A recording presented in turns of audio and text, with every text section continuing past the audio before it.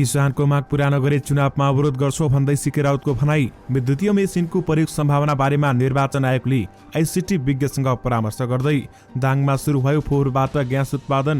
7344 प्रहरी जवानहरूको सरुवा। एमसीसीको विरोधमा विप्लव नेतृत्वको नेकपा सहितका दलले प्रदर्शन गर्दै। गैंडा मृत्यु प्रकरणमा न सार्वजनिक भयो छानबिन प्रतिवेदन, न पक्राउ परे ठेकेदार। भन्सार एजेन्टको परीक्षा फागुन 28 गते तोकियो। सुन र चाँदीको मूल्य फेरि पनि बढ्यो। इमर्जिङ नेपालको आइपिओ आजदेखि खुल्यो। वीरगञ्जका विद्यालयमा भौतिक उपस्थितिमा पढाइ सुरु। नबिर्से तिमीलाई नपाए तिमीलाईको नयाँ वर्षन बारेमा गायिका अन्जु पन्त भन्छन् दुःख लागेको छ। संसारकै अग्लो रेलवे पुल बन्दै यसबारे पुरै जानकारी। एमसीसी विरुद्ध उत्रिए नेपालका राजनीतिक दलहरू। चुनावी खर्चका लागि गृह र अर्थ मन्त्रालय बीच छलफल। प्रदेश 1 को नामाकरण लिम्बुवान किरात प्रदेश राख्न माग। गृहले मागे 19.5 अर्ब चुनावी सुरक्षा खर्च। अर्थले भन्यो घटाएर ल्याउनुस्। फागुन 1 देखि फिल्म हल सञ्चालन गर्ने तयारी। प्रधानमन्त्री शेरबहादुर देउवाले दबाव बढाएपछि प्रचण्ड र माधव नेपाल बीच भेटवार्ता। एमसीसी बारेमा छलफल। पश्चिमी वायुको प्रभावले पुनः वर्षा हुने। सत्यमोहन जोशीको स्वास्थ्य अवस्था सुधारोन्मुख। स्थानीय तहको चुनावमा विद्युतीय मेसिन प्रयोग गर्ने बारेमा विज्ञसँग छलफल गर्दै निर्वाचन आयोग। लोकसभाको प्रस्ताव मध्य प्रदेशमा स्थानीय चुनाव असोजमा गरौं। किसानको माग पूरा नगरे चुनावमा अवरोध गर्छौं भन्दै सिके राउतको भनाई। दर्शकवृन्द नमस्कार, तपाईहरुलाई फेरि पनि स्वागत छ हाम्रो च्यानल स्मार्ट खबरमा। मारेन्नु उपाने दैनिकी जस्तै तपाईहरुमा देश तथा विदेशका केही महत्त्वपूर्ण अनि मुख्य समाचारहरू लिएर उपस्थित भइसकेका छौं। हाम्रो मेहनतका लागि तपाईहरुले यो भिडियोलाई एउटा लाइक अवश्य गर्नुहोला। त्यसैगरी यदि तपाईहरुले अहिलेसम्म हाम्रो च्यानल स्मार्ट खबरलाई सब्स्क्राइब गर्नुभएको छैन भने सब्स्क्राइब गर्नुहोला। साथै छेउमा रहेको बेल घण्टीमा क्लिक गरी अलमा क्लिक गर्न पनि नबिर्सिनुहोला। आउनुहोस् आजको पहिलो समाचार सुरु गरौं। राजनीतिक दल एमसीसी विरुद्ध उत्रिएको प्रसंगबाट। अमेरिकन सहयोग परियोजना मिलेनियम च्यालेन्ज कर्पोरेसन एमसीसी को विरोधमा माइती घरमा विरोध प्रदर्शन भएको छ। बुधबार माइती घरमा 7 राजनीतिक दलले संयुक्त रूपमा प्रदर्शन गरेका हुन्। नेपाल कम्युनिस्ट पार्टी नेकपा मसाल, देशभक्त जनगणतान्त्रिक मोर्चा नेपाल, नेपाल क्रान्तिकारी राष्ट्रिय जनमोर्चा, वैज्ञानिक समाजवादी कम्युनिस्ट पार्टी नेपाल, नेकपा माओवादी समाजवादीले संयुक्त रूपमा प्रदर्शन गरेका छन्। प्रदर्शनमा एमसीसी खारेज गरौं, गो ब्याक एमसीसी, वैदेशिक हस्तक्षेप बन्द गर, एमसीसी मुर्दाबाद जस्ता नारा लगाइएको थियो। पछिल्लो समय एमसीसी कै विषयलाई लिएर राजनीतिक दल सत्ता गठबन्धन बीच पनि असहज परिस्थिति बन्दै गएको छ। संसदमा एमसीसी टेबल गर्ने कि नगर्ने भन्ने विषयमा सत्ता गठबन्धनमा एकमत नहुँदा आजका लागि बोलाइएको संसद बैठक समेत आगामी फागुन 2 गतेसम्मका लागि स्थगित गरिएको छ। तपाईहरुले त्यहाँका केही तस्बिरहरू स्क्रिनमा देखिरहनु भएको छ। आगामी वैशाख 30 गते हुने भनेको स्थानीय तह निर्वाचन सुरक्षाको लागि गृह मन्त्रालयले 19.5 अर्ब रुपियाँ बजेट माग गरेको छ। तर उक्त परिणामको बजेट नदिने भन्दै आकार घटाएर ल्याउन अर्थ मन्त्रालयले आग्रह गरेको छ। बुधबार बिहान गृह मन्त्रालयमा भएको छलफलमा अत्यावश्यक भएका बजेट कटौती गरेर माग ल्याउन अर्थ मन्त्रालयले भनेको हो। यसअघि गृह मन्त्रालयमा 2 सुरक्षा निकाय नेपाल प्रहरी र सशस्त्र प्रहरीका लागि 18 अर्ब रुपियाँ बजेट माग गरेको थियो भने गृह अन्तर्गतका अन्य निकायका लागि 1.5 अर्ब रुपियाँ माग गरिएको थियो। यसअघि माग गरे बमोजिम बजेटको व्यवस्थापन गर्न नसकिने भन्दै अर्थ मन्त्रालयले अत्यावश्यक भएका बजेट कटौती गरेर बिहीबार अर्को प्रस्ताव पठाउन भनेको छ। अर्थको आग्रहपछि सवारी साधन लगायत बन्दोबस्तीका सामानहरूको खर्च घटाएर प्रस्ताव गर्ने गृहको तयारी रहेको छ भने आज आन्तरिक रूपमा छलफल गर्छौं, यति नभई चुनाव गराउन सकिँदैन भन्ने शीर्षकमा मात्रै बिहीबार बजेट माग गर्छौं। गृह मन्त्रालयको नीति तथा योजना महाशाखा प्रमुख सचिव डाक्टर भीष्मकुमार भुसालले भनेका छन्, आज केकेमा कति बजेट कटाउन सकिन्छ गृह कार्य गर्दैछौं। बुधबार गृहमन्त्री बालकृष्ण खाँड र अर्थमन्त्री जनार्दन शर्मा सहित दुवै मन्त्रालयका अधिकारी बीच यस बारेमा छलफल भएको छ। छलफलमा गृह सचिव टेकनारायण पाण्डे, अर्थ सचिव मधु मरासिनी सहित गृह मन्त्रालयका सुरक्षा तथा समन्वय महाशाखा प्रमुख सहसचिव मुकुन्द निरौला, योजना महाशाखा प्रमुख डाक्टर भुसाल सहित सम्बन्धित महाशाखाका कर्मचारी पनि सहभागी भएका थिए। कोरोना संक्रमणको तेस्रो लहर सुरु भएपछि बन्द गरिएका फिल्म हल आगामी फागुन 1 गतेदेखि सञ्चालनमा आउने भएका छन्। संक्रमण दर ओह्रालो लाग्दै गएपछि सरकारले फिल्म हल सञ्चालन गर्न दिने तयारी गरेको हो। हल बन्द हुँदा रोकिएका पुराना फिल्म प्रदर्शन गर्दै हल खुलाउने तयारी भएको क्यूएफएक्स का प्रमुख कार्यकारी अधिकृत रोशन अडिगाले जानकारी दिनुभएको छ। हिन्दी फिल्म पुष्पा, नेपाली फिल्म चपली हाइट 3 लगायतका फिल्म प्रदर्शन गर्दै हल खुल्ने तयारी सञ्चालकले गरेका छन् भने हल खुल्ने निर्णयसँगै फिल्म प्रदर्शन गर्ने कुराले फिल्मीकर्मी खुसी भएका छन् र कोरोना संक्रमणको पहिलो लहर सुरु भएपछि फिल्म उद्योग नराम्ररी थला परेको छ। यसबीचमा धेरै फिल्म हल सधैँको लागि बन्द भएका छन् भने फागुन 1 बाट फिल्म प्रदर्शन हुने कुराले निकै खुसी लागेको छ। चपली हाइट 3 मा निर्मला अर्जुन कुमारले बताएका छन्। नेकपा माओवादी केन्द्रका अध्यक्ष पुष्पकमल दाहाल प्रचण्ड र नेकपा एकीकृत समाजवादीका अध्यक्ष माधव कुमार नेपालबीच भेटवार्ता भएको छ। प्रधानमन्त्री शेरबहादुर देउवाले एमसीसी संसदमा टेबल गर्न दबाब दिएपछि उनीहरूबीच भेटवार्ता भएको हो। बुधबार बिहान प्रचण्ड निवास कुमलटारमा भएको भेटमा प्रचण्ड र माधव नेपालबीच एमसीसी परियोजना, स्थानीय निर्वाचन, पछिल्लो राजनीतिक घटनाक्रम बारेमा गम्भीर छलफल भएको बताइएको छ। एमसीसी बारेमा सत्ता गठबन्धन विभाजित रहेको छ। प्रधानमन्त्री शेरबहादुर देउवाले सभामुख अग्निप्रसाद सापकोटाको विकल्प खोजेर भए पनि संसदमा एमसीसी टेबल गर्ने तयारी गरेका छन्। सत्ता सहयात्री प्रचण्ड र माधव नेपाल एमसीसीमा तगारो बनेपछि शेरबहादुर देउवाले विकल्प खोजेर संसदबाट एमसीसी पारित गर्ने तयारी गरेको हो। अमेरिकाको वाशिंटन डीसी स्थित अमेरिकी सहयोग परियोजना मिलेनियम च्यालेन्ज कर्पोरेसन एमसीसीले प्रतिबद्धता गरे बमोजिम एमसीसी पारित गर्ने प्रक्रिया अगाडि बढाउन प्रधानमन्त्री शेरबहादुर देउवा र प्रचण्डलाई आग्रह गरेको छ भने फेब्रुअरी 3 मा एमसीसीको मुख्यालयले संयुक्त रूपमा प्रधानमन्त्री शेरबहादुर देउवा र अध्यक्ष दाहाललाई पत्र पठाउँदै सन् 2022 फेब्रुअरी 28 भित्रमा एमसीसी मुख्यालयसँग प्रतिबद्धता गरे बमोजिम एमसीसी पारित गर्ने र शेरबहादुर देउवा र प्रचण्डले आग्रह गरेको उल्लेख गरिएको छ। एमसीसी मुख्यालयलाई पत्र लेखेपछि थप दबावमा परेका प्रधानमन्त्री शेरबहादुर देउवाले सत्ता गठबन्धनपछि सहमति गराएर एमसीसी पास गर्ने मनस्थितिमा रहेका छन्। नेपालमा पश्चिमी वायुको प्रभावदेखि काली वर्षाको सम्भावना रहेको छ। मौसम पूर्वानुमान महाशाखाका अनुसार बागमती प्रदेश नम्बर 1 का पहाडी भूभागमा मध्यम वर्षाको सम्भावना रहेको छ। मंगलबार दिउँसो प्रदेश 1 मधेस बागमती र गण्डकी प्रदेशमा आंशिकदेखि सामान्य बदली रही अन्य प्रदेशमा आंशिक बदली रहेको छ। प्रदेश 1 का 1 वा 2 स्थानमा हल्का वर्षाको सम्भावना रहेको छ भने राति प्रदेश नम्बर 1 बागमती र गण्डकी प्रदेशमा आंशिकदेखि सामान्य बदली रही अन्य प्रदेशमा मौसम आंशिक बदलीदेखि सामान्यतया सफा रहनेछ। देशका पूर्वी तथा पश्चिमी भूभागका उच्च पहाडी तथा हिमाली भूभागका 1-2 स्थानमा हल्का हिमपातको सम्भावना रहेको महाशाखाको भनाइरहेको छ। बुधबार सुदूरपश्चिम कर्णाली, लुम्बिनी र गण्डकी प्रदेशहरूमा सामान्यदेखि पूर्ण बदली तथा बाँकी प्रदेशहरूमा आंशिक बदली रहनेछ। कर्णाली, सुदूरपश्चिम प्रदेशका केही स्थानहरूमा र लुम्बिनी, गण्डकी तथा प्रदेश नम्बर 1 का 1-2 स्थानमा हल्कादेखि मध्यम वर्षाको सम्भावना रहेको छ। देशका उच्च पहाडी तथा हिमाली भूभागका केही स्थानहरूमा हल्का हिमपातको सम्भावना रहेको छ। त्यसैगरी बिहीबार प्रदेश नम्बर 1 मधेस बागमती र गण्डकी प्रदेशमा आंशिकदेखि सामान्य बदली रही अन्य प्रदेशमा आंशिक बदली रहनेछ भने प्रदेश नम्बर 1 मा मधेस बागमती र गण्डकी प्रदेशका थोरै स्थानहरूमा हल्का वर्षा र सो प्रदेशको उच्च पहाडी तथा हिमाली भूभागका थोरै स्थानमा हल्का हिमपातको सम्भावना रहेको छ। अघिल्लो वर्षको तुलनामा यो वर्ष धेरै पानी परेको छ।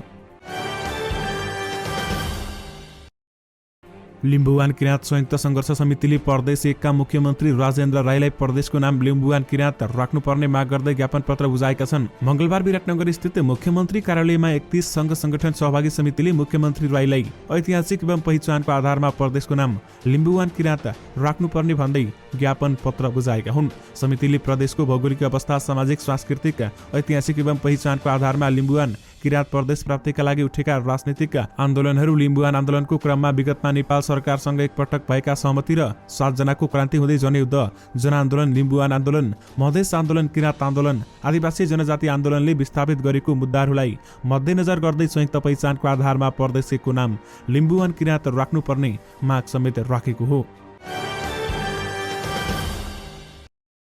गीतकार विपिन किरणले 1 दशक अघिको सुपरहिट गीत नबिर्से तिमीलाई नपाए तिमीलाई फेरि गायिका रचना रिमालको स्वरमा सार्वजनिक गरेका थिए। गीत सार्वजनिक पहिले गते विपिन र रचना विवादमा तानिएका छन्। गायिका अन्जु पन्तको स्वर र महेश खड्काको संगीतमा रहेको यो गजल गीतलाई नयाँ भर्सनमा भन्दै सार्वजनिक गरिएपछि विवाद भएको हो भने नयाँ भर्सनमा न त अन्जु पन्तको नाम नै उल्लेख गरिएको छ न त यसलाई कभर गीत नै भनिएको छ। यो विषयमा आम श्रोता र संगीतकर्मीहरूले आलोचना गरिरहेको बेलामा गायिका अन्जु पन्तले पनि आफ्नो भनाइ सार्वजनिक गरेकी छिन्। हाल अमेरिकामा रहेकी अन्जुले सामाजिक सञ्जालमा लेखेकी छन्, भर्खरै पुनः रेकर्ड भएर युट्युबमा सार्वजनिक भएको नबिर्से तिमीलाई नपाए तिमीलाई गजलको नयाँ भर्सन आएको खबर थाहा पाएँ। नेपाली साङ्गीतिक इतिहासमा अति नै लोकप्रिय जनजनको मुटुमा बस्न सफल यो गीतपछि पुरुष स्वरमा गायक जगदीश जमालले पनि गाउनुभयो। आजसम्म पनि उत्तिकै सर्वाधिक लोकप्रिय रहेको यो गजललाई नयाँ गायक गायिकालाई फरक भर्सनमा गाउनु आवश्यक थियो कि थिएन त्यो विषयमा मेरो केही भन्नु छैन। केही समय अगाडि विपिन किरण फाइले यो गजलको नयाँ एरेन्जमा मेरो स्वरमा नै रेकर्ड गर्ने भन्नुभएको थियो। सोही अनुसार एरेन्ज महाराज थापाले गर्नुभएको नयाँ एरेन्ज मलाई पठाउनु भएको थियो। हामी समय अनुकूल मिलाएर पुनः रेकर्ड गर्ने योजनामा थियौँ। अन्जुले विपिनले आफूलाई कभरको रूपमा किड्स भर्सनमा नयाँ भाइ बहिनीहरूलाई गाउने दिने कुरा गरेको र यसमा आफू खुसीका साथ हुन्छ भनेको पनि उल्लेख गरेकी थिइन्। अन्जुले अगाडि लेखेकी छन्, अहिले नयाँ भर्सनमा गायिका रचना रिमालको स्वरमा रेकर्ड भएछ। मेरी छोरी समानकी रचना नानु लगायत सबै नवआगन्तुक कलाकार प्रति सधैँ स्वागत, आशीर्वाद र धेरै माया छ र रहिरहनेछ। उही सङ्गीत, उही एरेन्जमेन्ट, नयाँ भर्सनमा ओरिजिनल गायक गायिकाको नाम समेत उल्लेख नगरी अफिसियल भनेर सार्वजनिक हुनु भने दुःखद र अन्यायपूर्ण कुरा हो। के र कुन उद्देश्यका लागि यस्तो भयो मलाई थाहा भएन। म एक व्यक्तिको कुरा भन्दा पनि यो चलनले भोलिका दिनमा संगीत र कलाकारलाई दिने सम्मान र आदरको संस्कार नै पो भुल्न लागिरहेका छैनौ भन्ने चिन्ता लागेको छ भन्दै उनले बताएकी छिन्। अन्जुले यो विषयमा विवाद र चर्चा नगरी दर्शक श्रोताको माग अनुसार समाधानको नयाँ उपाय निस्केमा आफू आशावादी रहेको पनि उल्लेख गरेकी छिन्। सधैँ उनले भोलिका दिनमा कोही पनि कलाकार अपमानित अन्यायमा परेको अनुभूति गर्ने दिन आउने छैन भनेर आशा व्यक्त गरेकी छन्। आज सुन र चाँदी दुवैको मूल्य बढेको छ। सुनको मूल्य तोलामा 300 रुपियाँले बढेको छ भने चाँदीको मूल्य तोलामा 20 रुपियाँले वृद्धि भएको नेपाल सुन चाँदी व्यवसायी महासंघले जनाएको छ। महासंघले आजका लागि छापावाला सुनको मूल्य प्रति तोला 93,400 र तेजाबी सुनको मूल्य 92,900 रुपियाँ तोकेको छ भने अघिल्लो दिन छापावाला सुनको मूल्य तोलामा 93,100 र तेजाबी सुनको मूल्य 92,600 रुपियाँमा खरिद बिक्री भएको थियो। मंगलबार सुनको तोलामा 1260 रुपियाँमा कारोबार भएको चाँदीको मूल्य प्रति तोला 20 रुपियाँले बढेर 1280 रुपियाँ पुगेको महासंघले जनाएको छ। राष्ट्रिय प्रजातन्त्र पार्टीका नेता उद्धव पौडेलले पनि पार्टी छाडेका छन्। उनले बुधबार बिहान फेसबुकमा स्ट्याटस लेखेर पार्टीबाट अलग हुने घोषणा गरेका हुन्। उनले आफूले राप्रपालाई एकताबद्ध बनाउन धेरै प्रयास गरेको तर असफल भएको उल्लेख गरेका छन् भने राष्ट्रिय प्रजातन्त्र पार्टीलाई एकताबद्ध बनाउन मेरो भागीरथ प्रयास असफल भएको छ। असफल विद्यार्थीको रूपमा अत्यन्तै दुखी र भावुक पनि छु। राप्रपामा बस्दाको पल सदैव अविस्मरणीय रहनेछ भने आजदेखि राप्रपासँगको संलग्नता अन्त्य गरेको छु, पौडेलले लेखेका छन्। राप्रपामा कमल थापा निकट भनेर चुनिएका पौडेल पूर्वको अध्यक्ष पनि हुन् भने तर गत मङ्सिरमा भएको महाधिवेशनमा उनले कुनै पनि पदमा उम्मेदवारी पनि दिएका थिएनन्। निवर्तमान अध्यक्ष थापाले पार्टी छाडेको भोलिपल्ट पौडेलले पनि पार्टी छाडेका छन् भने तर उनले आफूले कलम थापालाई साथ दिने गरी पार्टी नछाडेको हामीलाई बताउनु भएको छ। मैले कुनै पनि दृष्टिकोण बनाएको छैन, उहाँ कमल थापासँग भेट पनि भएको छैन भन्दै उनले भनेका छन् भने पार्टीको विवाद मिलाउन नसकेपछि बसिरहनु उचित नदेखेर छाडेको पौडेलले बताएका हुन्। चितवनको भरतपुरमा निर्माणाधीन 6 लेनको गोन्दराङ पुलचुक सडक खण्डमा बनाइएको नालीमा परेर गत माघ 9 गते गैंडाको मृत्यु भएको घटना छानबिन समितिले प्रतिवेदन बुझाए पनि अझै सार्वजनिक गरिएको छैन। चितवन राष्ट्रिय निकुञ्जले सो घटनाका दोषी भन्दै सडक निर्माणको जिम्मा लिएका ठेकेदारलाई माघ 13 गते पक्राउ पूर्जी जारी गरे पनि उनी अझै पक्राउ पनि परेका छैनन्। टिकौली जंगल नजिकै सडकको नाली छेउमा खनेर छाडिएको खाडलमा परेर 15 वर्षको दुर्लभ एकसिंगे भाले गैंडा मरेको थियो। सो घटनापछि वन तथा वातावरण मन्त्रालयले माघ 11 गते 10 दिनभित्र यथार्थ प्रतिवेदन तयार पार्न भन्दै तथा भूसंरक्षण विभागका उपमहानिर्देशक राजेन्द्र केसीको नेतृत्वमा 5 सदस्यीय छानबिन समिति गठन गरेको थियो भने सो समितिले तोकीको समयभन्दा 2 दिन ढिला गरी माघ 23 गते मन्त्रालयमा आफ्नो प्रतिवेदन बुझाएको छ। तर समितिको प्रतिवेदन अझै पनि सार्वजनिक गरिएको छैन। समितिका संयोजक केसीले आफूले प्रतिवेदन तयार गरी बुझाएको तर सार्वजनिक पनि मन्त्रालयले मात्रै गर्ने भन्दै केही बोल्न नमिल्ने समेत उहाँले बताउनु भएको छ। विशेष गरी गैंडा मृत्यु प्रकरणमा न त छानबिन प्रतिवेदन सार्वजनिक भएको छ न त ठेकेदार नै पक्राउ परेका छन्। भन्सार एजेन्टको लिखित परीक्षा आगामी फागुन 28 गते हुने भएको छ। भन्सार विभागले आज सूचना जारी गर्दै परीक्षा फागुन 28 गते दिउँसो 2 बजे हुने जानकारी दिएको छ भने परीक्षा केन्द्र भनेपछि प्रकाशन गरिने विभागले जनाएको छ। त्यसपछि 2078 जेठ 22 मा तोकिएको परीक्षा कोरोना संक्रमणका कारण स्थगित गरिएको थियो भने त्यसपछि फेरि माघमा माघ 19 गते तोकिएको परीक्षा पनि स्थगित गरिएको थियो। पुराना भन्सार एजेन्टको स्वार्थमा परीक्षा लिन विलम्ब गरिएको भन्दै आवेदकहरूले यसअघि भन्सार विभागमा धरना समेत दिएका थिए। 2077 साल वैशाख 17 गते भन्सार एजेन्टको इजाजत पत्रका लागि दरखास्त आवेदन माग गरिएको थियो। 660 पदका लागि 9,500 ले आवेदन दिएका थिए। भन्सार एजेन्टहरूले निकासी र पैठारीकर्ताको काममा सहजीकरण गर्दछन्। जलविद्युत कम्पनी इमर्जिङ नेपाल लिमिटेडको साधारण शेयर आइपिओ को बिक्री खुलेको छ। सर्वसाधारणका लागि आजबाट साधारण शेयर बिक्री गर्न लागेको हो। 100 रुपियाँ दरमा अंकित 5,16,708 किता शेयरका लागि फागुन 1 गतेसम्म सर्वसाधारणले आवेदन दिन सक्ने कम्पनीले जनाएको छ भने 11,112 किता कर्मचारीले र 27,780 किता सामूहिक लगानी कोषले पाउने भएको छ। कम्तीमा 10 किता र अधिकतम 1,000 कितासम्म आवेदन दिन सकिनेछ। थोरै किता निष्कासन भएकाले 10 किता भन्दा धेरै पर्दैन भन्दै बताइएको छ। त्यसकारण इमर्जिङ नेपालको आइपिओ भर्दा तपाईहरूले 10 कितासम्म भर्न सक्नुहुनेछ। भारत प्रशासित जम्मू कश्मीरमा विश्वकै सबैभन्दा अग्लो रेलवे पुलको निर्माण चलिरहेको छ। उक्त रेलवे ब्रिजको नाम चेनाब ब्रिज हो। जम्मू कश्मीरको रियासी जिल्ला स्थित चेनाब नदीमा उक्त पुल बनिरहेको छ भने निकै सुन्दर प्राकृतिक छटाको पृष्ठभूमिमा बन्न थालेको उक्त रेलवे पुल 359 मिटरको उचाइमा रहेको छ भने अर्थात् यो पुल इमेल टावर भन्दा पनि 35 मिटर अग्लो रहेको छ। स्टिलबाट निर्माण भएको यो पुलको लम्बाइ 1315 मिटर छ भने यो पुलले जम्मू कश्मीरलाई बाँकी भारतसँग रेलमार्गमा जोड्ने बताइएको छ। तपाईहरूले त्यहाँका केही तस्बिरहरू समेत स्क्रिनमा देखिरहनु भएको छ। वाङ्गे शताब्दी पुरुष एवं सांस्कृतिक डाक्टर सत्यमोहन जोशीको स्वास्थ्य अवस्था सुधारोन्मुख हुँदै गएको अस्पतालले बताएको छ। छातीमा समस्या भएपछि मंगलबार दिउँसो उनलाई ग्वारको स्थित किस्ट मेडिकल कलेजमा भर्ना गरिएको थियो। छातीमा निमोनिया देखिएका साथै हुनुपर्ने जति अक्सिजन स्याचुरेसनको मात्रा कम भएर श्वास प्रश्वासमा समस्या भएपछि अस्पताल भर्ना गरिएको अस्पतालका निर्देशक डाक्टर सुरज बज्राचार्यले बताउनु भएको छ। उनलाई अहिले हुनुपर्ने जति अक्सिजन स्याचुरेसनको मात्रा पनि बढिसकेको बज्राचार्यले बताएका छन्। जोशीलाई निमोनियाको औषधि दिएर अस्पताल राखिएको बज्राचार्यले जानकारी दिनुभएको छ। जोशी गत वैशाखमा 30 गतेदेखि 100 वर्षमा हिँडेका छन् भने जोशीका साथै उनकी धर्मपत्नी राधा देवी सो कलेजका विद्यार्थीको अध्ययन र शोधका लागि केही समय पहिला नै आफ्नो शरीर मरणोपरान्त दान गरिसकेका छन्। निर्वाचन आयोगले विद्युतीय मेसिनको प्रयोग सम्भावना बारेमा विज्ञहरूसँग छलफल गर्ने भएको छ। बुधबार दिउँसो 1 बजे आयोगले स्थानीय तहको निर्वाचनमा विद्युतीय मेसिन मार्फत भोटिङ गर्ने सम्भावना बारेमा विज्ञहरूसँग छलफल गर्न लागेको प्रवक्ता शालिग्राम शर्मा पौडेलले जानकारी दिएका छन्। परामर्श लिन आयोगले सरकारका आइटी विज्ञहरूसँग बोलाएर छलफल गर्न लागेको पनि उनले बताएका छन् भने उनका अनुसार यो सामान्य छलफल मात्रै हो। सम्भावना के छ भनेर सामान्य छलफल गर्न लागेको हो भने निर्वाचन आयोगले विद्युतीय मेसिनबाट चुनाव गराउन लागेको हो भन्ने होइन, प्रवक्ता पौडेलले भनेका छन्। नेपाल सरकारका विभिन्न क्षेत्रमा आइसिटी सम्बन्धित विज्ञहरूसँग बसेर के गर्ने सकिन्छ त भन्ने सम्भावना छ कि छैन भनेर छलफल गर्न लागेका हौं। त्यस्तो ठूलो क्षेत्रमा नभए पनि सानो क्षेत्रमा भए पनि गर्न सक्ने सम्भावना के कति छ भन्ने बुझ्न खोजेको उनले बताएका छन् भने ठूलो क्षेत्रमा नभए सानो एउटा कुनै जिल्ला वा शहरमा गर्न सकिन्छ कि भनेर सामान्य सुरुवाती छलफल मात्रै हो उनले भनेका छन्। यसका आधारमा भोलि कार्यदल गठन गरेर केही रिपोर्ट देला भन्दै उहाँले बताउनु भएको छ। जनमत पार्टीका अध्यक्ष सीके राउतले किसान आन्दोलनको माग पूरा नभई स्थानीय तहको निर्वाचनमा अवरोध गर्ने बताएका छन्। बुधबार वीरगञ्जमा पत्रकार सम्मेलन गर्दै उनले किसानको माग पूरा नगरी तराई मधेस क्षेत्रमा स्थानीय तहको निर्वाचन अवरोध गर्ने बताएका हुन्। किसानका विभिन्न माग राख्दै हाल राउत नेतृत्वको पार्टीले मध्य प्रदेशका विभिन्न शहरमा लगातार प्रदर्शन गर्दै आइरहेको छ। पहिला किसानको माग सम्बोधन होस् त मात्रै स्थानीय तहको निर्वाचन परिकल्पना गरौँ भन्दै उनले भनेका छन्। नभए अरू ठाउँमा त म भन्न सक्दिन। तराई मधेसमा झापादेखि बाँकी बर्दिया कैलाली कञ्चनपुरसम्ममा हामी अवरोध गर्नेछौँ भन्दै बताइएको छ। आफूहरूले उठाएका सबै 11वटा माग पूरा गर्न नसके पनि कम्तीमा किसानका माग मात्रै भए पनि पूरा गर्नुपर्ने उनको भनाइरहेको छ। निर्वाचनमा भाग लिन आतुर छौँ। निर्वाचनमा जानु अगाडि कम्तीमा किसानको मुद्दाहरूलाई सम्बोधन गर्ने पहल हुनुपर्छ। एक दिनमा नहोला, एक महिना पनि पूरा नहोला, तर कमसेकम पहल थालिएको देखिनुपर्छ भन्दै अध्यक्ष राउतले भनेका छन्। वीरगञ्ज महानगरपालिकामा आजदेखि औपचारिक रूपमा विद्यार्थीको भौतिक उपस्थितिमा विद्यालय सञ्चालनमा आएका छन्।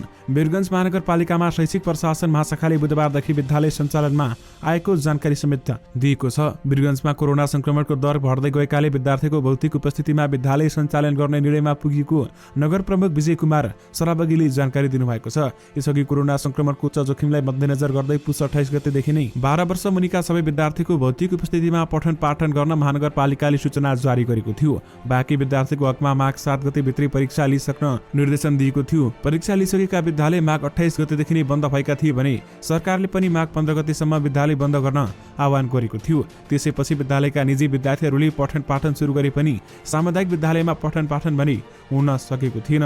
विशेष गरी वीरगञ्जका विद्यालयमा भौतिक उपस्थितिमा पढाइ सुरु हुन थालेको छ।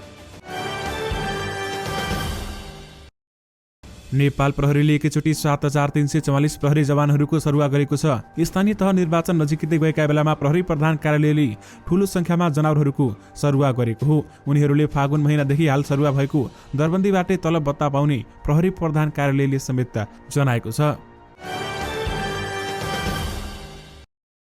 दाङमा फोहोरबाट ग्यास उत्पादन गर्न सुरु भएको छ। नेपाल ऊर्जा विकास कम्पनीले घोराही उपमहानगरपालिका 16 प्लान्ट स्थापना गरी फोहोरबाट ग्यास उत्पादन सुरु गरेको हो। कम्पनीका अनुसार 3 महिनादेखि फोहोरबाट ग्यास उत्पादन गर्न सुरु गरेको हो भने अहिले दैनिक 300 घनमिटर ग्यास उत्पादन हुने गरेको छ। प्लान्टमा गल्ने फोहोर नै कम राखिएकाले कम ग्यास उत्पादन भएको हो भने ग्यास प्लान्टका म्यानेजर हरिशरण श्रेष्ठले भनेका छन् केही महिनामै क्षमता बढाएर उत्पादन वृद्धि गर्छौं भन्दै बताएको छ। घोराही उपमहानगरपालिकाबाट दैनिक उठ्ने गल्ने फोहोरबाट ग्यास उत्पादन हुने कम्पनीले जानकारी दिएको छ भने प्लान्टबाट उत्पादन भएका ग्यासहरूलाई पाइपलाइनबाटै घर घर पुर्याइदिने लक्ष्य रहेको प्लान्टका म्यानेजर श्रेष्ठले बताएका छन्। उनका अनुसार पहिलो चरणमा 750 घरधुरीमा पाइपलाइनबाटै ग्यास पुर्याउने भनेर सर्वे गरिएको छ भने जस अनुरूप फोहोरबाट उत्पादित ग्यास सरदेखि नारायणपुरसम्म पुर्याइदिने समेत भनिएको छ। लोकतान्त्रिक समाजवादी पार्टी लोसपाले मध्य प्रदेशमा स्थानीय तहको निर्वाचन असोज 2079 मा गर्न माग गरेको छ। सरकारले सोमबार मात्र स्थानीय तहको निर्वाचन 30 वैशाखमा देशभर एकै चरणमा गर्ने निर्णय गरेको छ। अघिल्लो पटक 3 चरणमा चुनाव भएको भए पनि स्थानीय तह निर्वाचन 2073 अनुसार सबै जनप्रतिनिधिको कार्यकाल 5 जेठ 2079 मा सकिने निर्वाचन आयोगले बताएको छ। यसले 2 असोज 2074 मा निर्वाचित भएका मध्य प्रदेशका जनप्रतिनिधिको अधिकार कुण्ठित हुने लोसपाले बताएको छ भने लोसपा मध्य प्रदेशका अध्यक्ष जितेन्द्र सोनल भन्छन् संविधानले स्थानीय जनप्रतिनिधिको पदावधि 5 वर्ष हुन्छ भनेको छ। मध्य प्रदेशका जनप्रतिनिधिको कार्यकाल 5-6 महिना कटौती गर्ने अधिकार कसैलाई छैन, निर्वाचन आयोगलाई पनि छैन भन्दै बताइएको छ। मध्य प्रदेशमा आगामी असोजमा निर्वाचन गर्नुपर्ने उनी बताउँछन् भने हामी अद्यावधिक निर्वाचनको पक्षमा छौं, स्थानीय निर्वाचनको घोषणा पनि स्वागत गरेका छौं। उनले भनेका छन् तर कसैको अधिकार कुण्ठित गर्ने कसैको मनासै हुनुहुन्न। मध्य प्रदेशको निर्वाचन असोजमा गर्ने वातावरण बनाउनुपर्छ। 2074 सालमा स्थानीय तहको निर्वाचन 3 चरणमा गरिएको थियो भने तत्कालीन प्रदेश 2 हालको मध्य प्रदेशमा 2074 साल असोज 2 गते स्थानीय तहको निर्वाचन समेत भएको थियो। दर्शक महानुभाव, यससँगै तपाईहरुमा आजका सबै मुख्य समाचारहरू राखिसकेका छौं। फेरि पनि तपाईहरुमा नयाँ रिपोर्टहरूको साथमा उपस्थित हुने नै छौं। अहिलेलाई भने मलाई बिदा दिनुस्। नमस्कार।